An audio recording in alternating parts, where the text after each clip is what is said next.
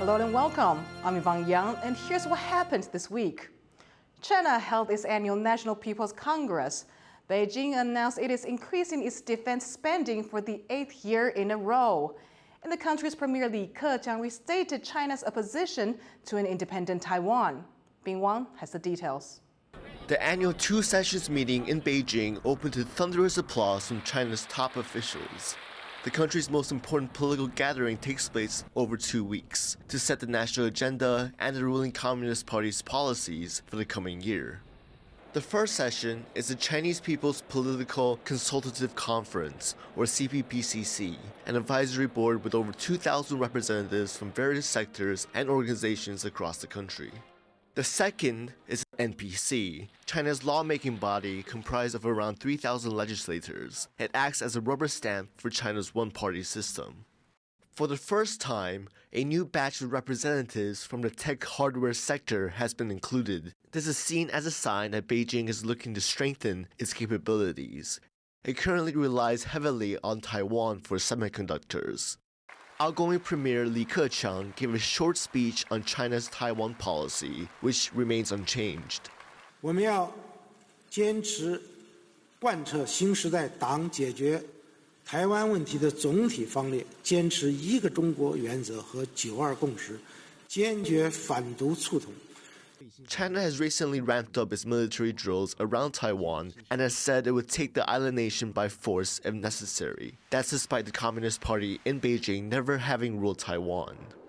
Taiwan's Mainland Affairs Council, responsible for cross-strait policies, replied to Li's comments. We once again call for Beijing's recognition of the fact that the two sides of the Taiwan Strait are not subordinate to one another. They should respect the people of Taiwan for upholding the Republic of China's sovereignty and believing in freedom and democracy and stop trying to divide the nation. Chinese officials approved a 7.2% increase in military spending, upping the budget to $225 billion. They're also projecting a 5% GDP growth, a modest prediction after missing the mark in 2022. This is the first two-sessions meeting since Xi began his norm-breaking third term as president. Analysts say China could see drastic changes as Xi looks to further consolidate his power. Klein Wang and Bing Wang for TaiwanPlus. A Taiwan government minister has confirmed President Tsai will visit the United States next month. Overseas Community Affairs Minister Xu Jiaqing told lawmakers on Thursday that Tsai intends to travel to New York in April. Xi said Tsai will also visit the West Coast, most likely Los Angeles. It's the first time Tsai's itinerary has been confirmed. U.S. House Speaker Kevin McCarthy has said he'll meet Tsai this year. That's expected to happen in California. China says the report of Tsai's visit are very concerning.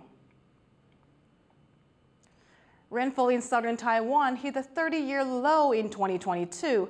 That's affecting water supplies in central and western Taiwan. Now, officials are coming up with measures to conserve water while Taiwan waits for spring rains. Bing Wang reports.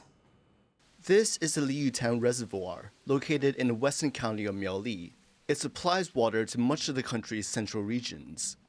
Taiwan is in the middle of a drought. Rainfall in southern Taiwan was at a 30-year low last year, and this lack of rain is also affecting water supplies in central Taiwan. The reservoir can hold almost 60 million metric tons of water. It's currently half full, but over 500,000 tons of water are still being used every day. Experts say central Taiwan would need to depend on rainfall this spring to replenish its reservoirs. 最近没有下雨，没有降雨的情形，出去大雨进来的水量，所以目前水位是持续下降中。 Because of the lack of rain, cities in Taiwan have already begun water-saving measures. That includes a 5% water reduction for the country's largest industrial users. Here in northern Taiwan, the water supply is more stable, but as you can see, it's sunny skies everywhere, and it hasn't rained in several weeks. For now, the government is confident it will be able to keep water supplies stable. 东部地区各个水库的蓄水，主要水库的蓄水率都在7成以上。那北部地区因为去年的这个降雨比较丰沛，水库的水量都还维持在蛮高的。Water is being diverted from lakes into reservoirs in central Taiwan to try and head off a crisis before it begins. But with no rain forecast anytime soon, things are likely to get worse before they get better. Eason Chen and Bing Wang for TaiwanPlus. Wednesday was International Women's Day. It's a day to celebrate women. But a report says that in Taiwan, just over half of women participate in the labor force.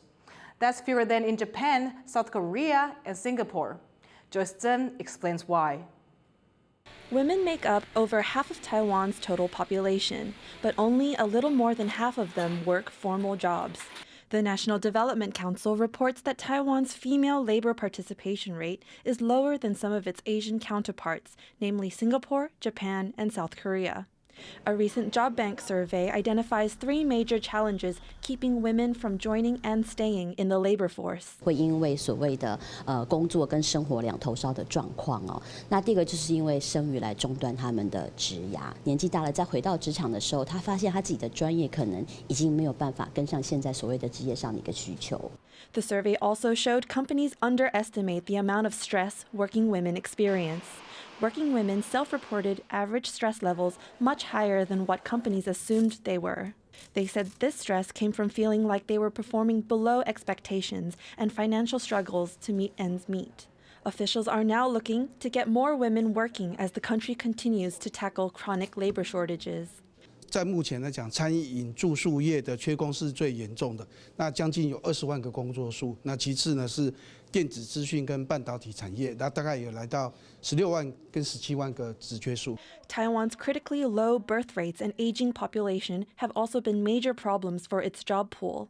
But to encourage more women to work, both the government and companies will need to explore ways to create family-friendly workplaces.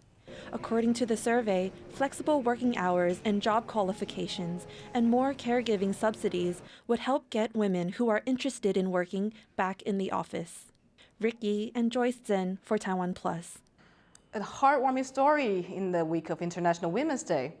Throughout the war in Ukraine, charities have been driving in and out of the country to ferry people and deliver goods.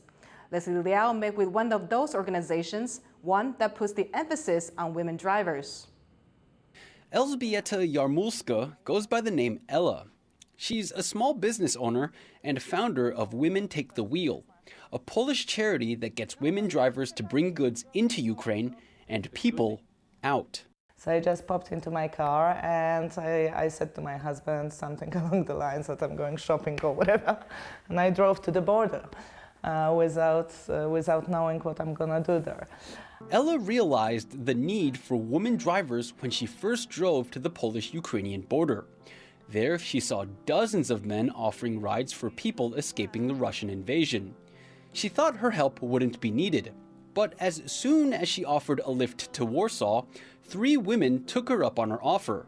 It dawned on me that if I was a woman without my husband in a foreign country, not speaking the language, there's a war in my country, I'm with my only child with a suitcase, cabin-sized suitcase, because that's all they were able to take. I would be terrified to get into a car with a man I don't know. After her experience, Ella took to social media to rally women together. Yeah, I just posted on Facebook that, girls, let's take the wheel. And they responded like crazy. The girls, grandmas, daughters, mothers, immediately they understood what it is about, that they put themselves in a position like this, and they knew that this is needed. Women Take the Wheel did not stop at the border. It began driving into Ukraine to deliver goods and aid. So the women in our group are shockingly brave. And, I only drove in, 300 kilometers inside the Ukraine from the border. The other girls go to places like Kharkov, Kherson, Odessa, Mykolaiv, Nikopol, Bucha, Kramatorsk. And with so many cars, drivers, and goods going in and out of Ukraine, that requires a lot of help. We have over 2,500 members in our group.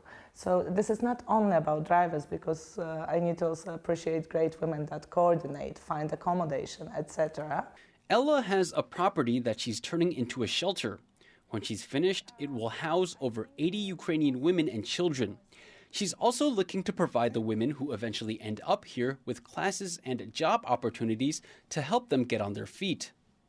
Ella's work has impacted her life in unimaginable ways. Her daughter Tosha became best friends with one of the Ukrainian children that stayed with them. Tosha was also inspired by her mother to set up a school for Ukrainian children who end up in Poland. And the family adopted dogs from Ukraine too. To do what Ella and her drivers do takes bravery, drive, and compassion. Traits that are vital for getting through rough times. And it's during these rough times that they're taking charge. Because as Ella puts it, women not only behind the wheel, women actually take the wheels. Leon Lian and Leslie Liao in Piaseczno, Poland for TaiwanPlus. The World Baseball Classic is underway with some serious baseball talents gathering in Taiwan. That includes 3 Baseball Hall of Famers, each one coaching for a different country. Leslie Liao has the story. As the 2023 World Baseball Classic approaches, excitement in Taiwan is reaching a fever pitch. That's because some of the world's best baseball players, past and present, have converged on the country in the lead up to this international competition. Today we're in Taichung, where we'll hear from 3 Baseball Hall of Famers about what their expectations for this groundbreaking event are. Mariano Rivera, Mike Piazza, and Bert Blyleven. They're coaches for Team Panama, Italy, and Netherlands, respectively. They may come from different countries, but they have one thing in common. They are Baseball Hall of Famers. Rivera is often ranked as the greatest closing pitcher of all time. Blyleven has the 5th most strikeouts in Major League Baseball history, while Piazza made a name for himself as a powerful hitter. It's the first time this many Baseball Hall of Famers are in Taiwan at the same time. The 3 baseball legends are not here for a press tour. They're here to get their teams to the next stage of the World Baseball Classic. Still, with so much talent around, you can't blame baseball fans in Taiwan for wanting a little extra. On Tuesday afternoon, Mariano Rivera attended a clinic where he taught school students how to improve their game. And he was clear that he is in Taiwan to coach and not play. No, man, everything hurts right now. You know, I was working out with the kids and I was enjoying myself and compete with them. But nah, man, I gave up that game 10 years ago. And after the camp, the 3 coaches shared how they felt about being in Taiwan for the competition. We're so happy and honored to be here. And as I said earlier, we look forward to a very difficult competition. But I'm overwhelmed with the excitement. I think the fans are in for a real treat. I think it's going to be a great tournament. I mean, it's a privilege and honor for me to be here. I mean, first time in this country, beautiful country, and I play with someone called Chimen Wan that I always talk about Taiwan. And this is the time that the Lord permitted me to be here and representing Panama but representing baseball overall. The people have been so friendly. The great culture here. We've been treated really first class. All the players, on behalf of the Netherlands team, we thank you for holding this tournament here. And we're looking to win it all. The Dutch team is. So we're going to kick their butt. But they're here to win, and Coach Blyleven has the best strategy for that. We have to score more runs than the other team. As exciting as it is for local baseball fans to have these greats here in Taiwan, it might spell trouble come game time, because their presence means that the other teams have some serious help on their side. That may be a challenge for Team Taiwan, but hey, at least we still have home field advantage. Patrick Sun and Leslie Liao at Taichung Intercontinental Baseball Stadium for TaiwanPlus. Stay tuned to TaiwanPlus News and follow us on Twitter to get the latest updates on the competition. Thank you for watching Here's What Happened. Finally, we leave you with images of a Taiwanese pango pup in Prague Zoo. I'm Yvonne. Take care and see you next week.